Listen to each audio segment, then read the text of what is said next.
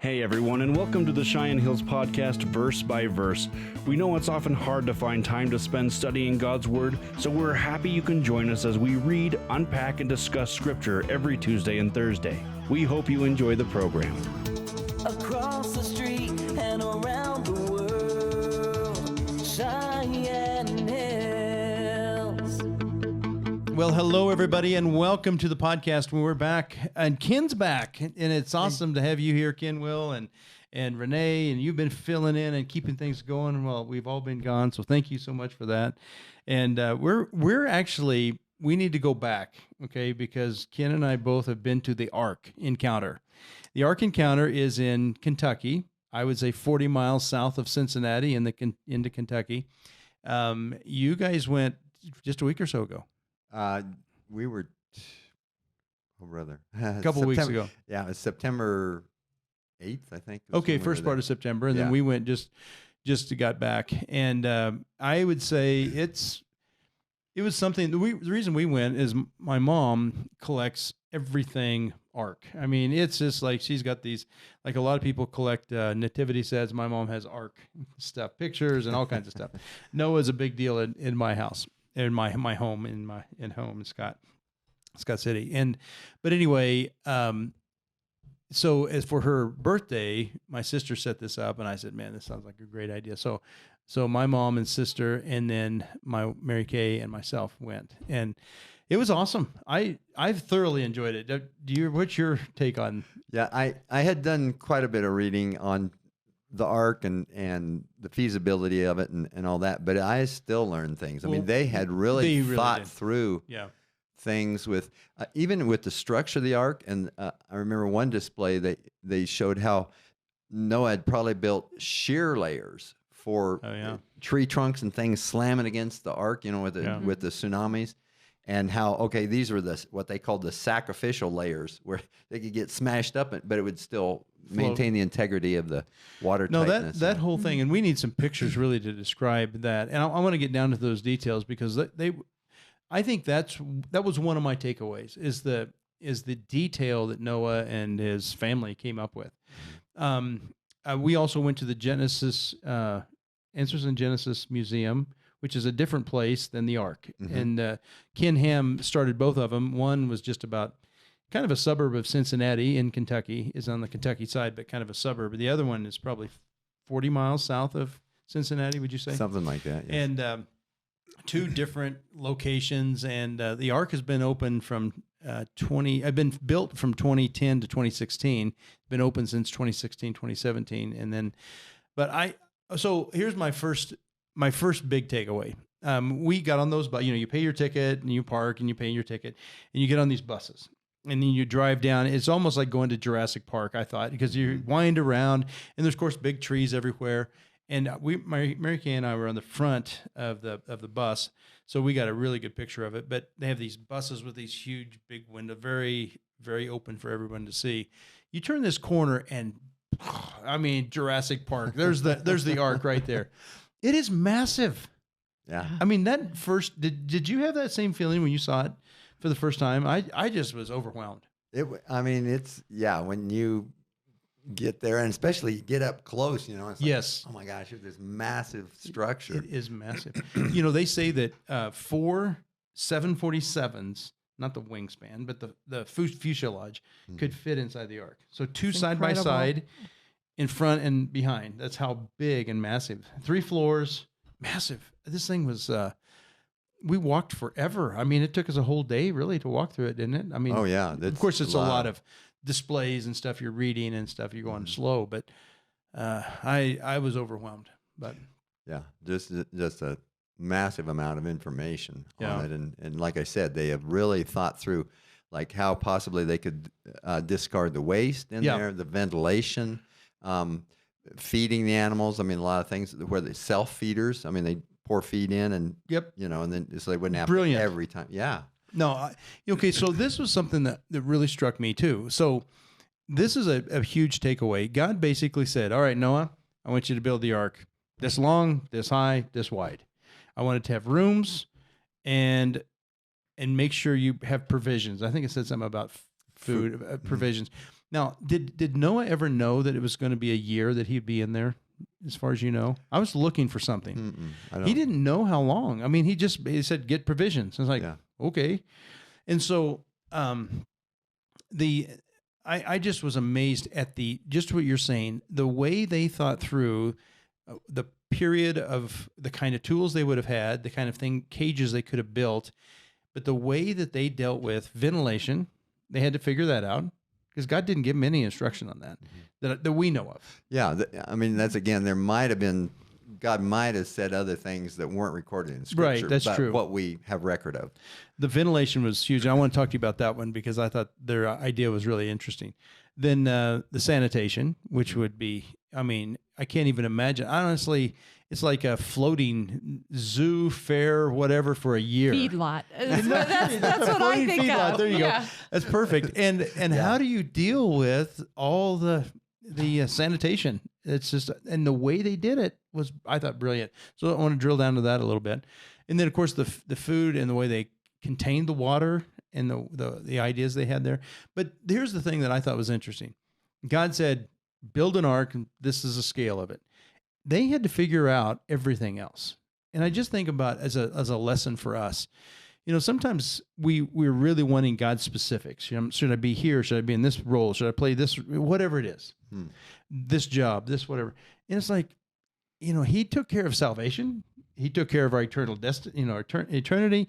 Paid for our sins. He did the big stuff. He built the ark. I mean, the big thing.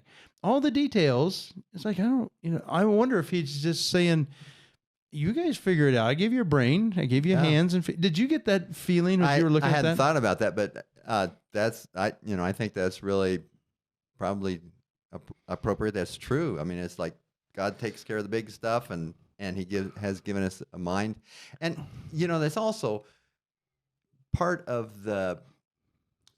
Somebody wrote a book and gave it the title "The Thrill of Discovery." You know, that God doesn't do absolutely everything for us. He allows us to discover, to figure things out, and there's a satisfaction to that, you know? For sure. I mean, I work in construction, and you come to a problem and you go, and that's a fun part of my job is to go, okay, how do we get from here to here? And it's like, oh, hey, let's do this. And you get to the point of complete frustration, or at least I do when I do a job. I get like, or I'm way over my head, and you just have to go figure it out. Yeah. And I think, and it's a good feeling, whether you're fixing a car or building something or wiring a building or reconstructing a piece of furniture. Don't you do that a lot? Yeah. Well, yeah. I mean, I think that part of creativity, but like I told you yesterday, I was thinking about when God called Dick and Ruthie Young to come to Cheyenne to start a church. And I'm not sure that they had this idea of how that was really going to look. For sure. And there was that discovery. There was that creativity. There was that depending on God, and yet God using Dick and the elders to formulate what Cheyenne Hills. And I even said that about you. And then God called you. Well, so when you hear that and kind of get the backstory, so that is a great example. It's like, okay, go start this church. All right. And you're the guy to do it. Well, then, along comes a guy like me out of seminary. I was going to plant a church in Cheyenne, called Dick and said, hey, you think this place could handle 2 church plants? Sure. And he was, just real.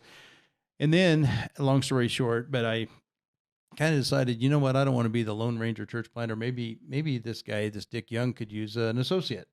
And so I called him back a few months later, and he said, we've been thinking about this. Why don't you come up and we talked. So, but to hear the story that they were needing more of a, Dick was 52 when he started this, which is pretty unusual to be in your 50s to start a church. Right. Very unusual, actually. And to have someone come along that has, ideas and energy and all that, can do youth and all the things that, we just did everything. It was just like, after I see it now, it's like, wow, this was for sure a God thing. We knew it was, but we were kind of looking through our lens at the time. Now I can kind of see both lenses, and it's like God orchestrated, provided what was needed at the time. And then when music people came along and you came along, and I mean, there was all kinds of, things that God just continued to build in leaders. So It is interesting to me, the details and how God works those out. But I was impressed, back to the ark, I was impressed with, remember the A-frame structures that had maybe like lizards and those some reptiles and that kind of stuff. Now, they had these pots, lots and lots of ceramic pottery. I don't know who did all the pottery, but if Noah's wife and the girls did the pottery, they were doing a lot of pottery. And there was also a thought that, the ironworks and some of that maybe there was this technology at that particular time. This is 2,000 years after Adam. So a lot of people, a lot of civilization had been built. So people knew how to build stuff. Mm-hmm. But do you buy into the idea that maybe they had contracted out the pottery, or contracted out some of the caging, or all the stuff that... Yeah, I think it seems reasonable. Ironworks. I don't know about how the economy... How they would have paid for everything, but I wondered that too. They had longer lifespans, and had he inherited wealth from his ancestors, and so that he had more money. And it's like, you know what, this stuff, I know it's not going to be worth anything after with the flood, it's all going to sell it out. So hey, I'll hire you guys. There's a lot of conjecture of what happened there. But those massive beams that were on the inside, they were they kind of set them on an angle, the two biggest frame beams, if you will. They were massive tree trunks. And but anyway, the weight of those, that would have, we took elephants to raise those kind of things in the circus. Not that I ever did that, but that's what we would do in modern day. I wonder how much even animals and some of that pulleys and technology they might have used to get those things to stand up, and then somehow brace them and somehow build this structure. It was overwhelming to me once you get in it and see the mass of this structure. Yeah, and we often operate off the assumption that our technology is more advanced than anybody in the past. I thought the same thing. There are things that were done in the past and some technologies lost that we have not recovered. And so it's like Yep. We use hydraulics, and so we don't necessarily have to think through how to lift something really heavy. And they did pulleys, they did levers and leverage and inclined planes, and that's true. That's true. There's probably a lot that we don't know how they did things. It'll be fun to actually see the movie of it someday when God gets to show us, right? I want to see how that happens. That's what I'm hoping for. But this A-frame thing, I want to finish this thought. That a lot of pottery on it, so they had probably smaller animals, lizards and snakes and stuff. And then they had it covered with burlap, and so they could pour, I think, water in it, or certainly for ventilation. But then, and they had that tied off. And these cages, or these pots, were pretty good size. But then they had this. Remember, the thing down the middle was like a box, maybe a 1 foot by 1 foot box, probably 12, 15 feet, 20 feet long, maybe. And inside of that container of this box they built were moths. Did you see that? That was ingenious. And then they had these tubes. It was a lot of bamboo was used because of the tubing, for the plumbing, for a lot of things. Yep. But those tubes, so that those moths would have flown out of that major. They would have been reproducing, and then flown out to these tubes to feed the lizards and the stuff that eats frogs and stuff that eats moths. Yeah. I just thought stuff like that, we don't know for sure if that's how it happened, right? Yeah. But the way that they used the bamboo for the cages, really the angles to make the sanitation, it all just kind of flowed to a central location, and they pushed it to one end of the ark and then had a way of getting rid of that. I thought it was brilliant. Yeah. And I just thought, there's a whole bunch of things that I didn't think about. Not only just the mass of it, but then the detail of it was amazing. Yeah. Well, I was going to say, isn't it true that a lot of times skeptics point to Noah and the ark as a way to prove that the Bible's not true? Right. And so when you both, having gone out there, you see that it's possible. You see that it's doable. That's and a good point. It really shoves those those critics away that this is possible. And I was going to add that, so for my son, when he was born, we did the whole ark thing. And so just hearing about what you guys have experienced, it takes it from this man cave, baby's room type of decor to, someone who really sought God and was faithful and really had a great engineer mind of getting that all to work very together. True. And then doing all this, knowing that you're being ridiculed by the whole community. Right. So the one big takeaway for me is he put his faith on display. Yeah. I mean, for 75 years, his faith was out there in the middle of this desert, so to speak, a long way from the ocean. We know that. And he said, yeah, there's going to be a flood. God told me. Yeah, right. I mean, and he persevered for 75 years dealing with people's criticism and built this ark. I thought that was fantastic. There were some other things details that, they used probably adolescent animals. They were probably smaller. I thought that was interesting. Wasn't new to me, but it was reiterated.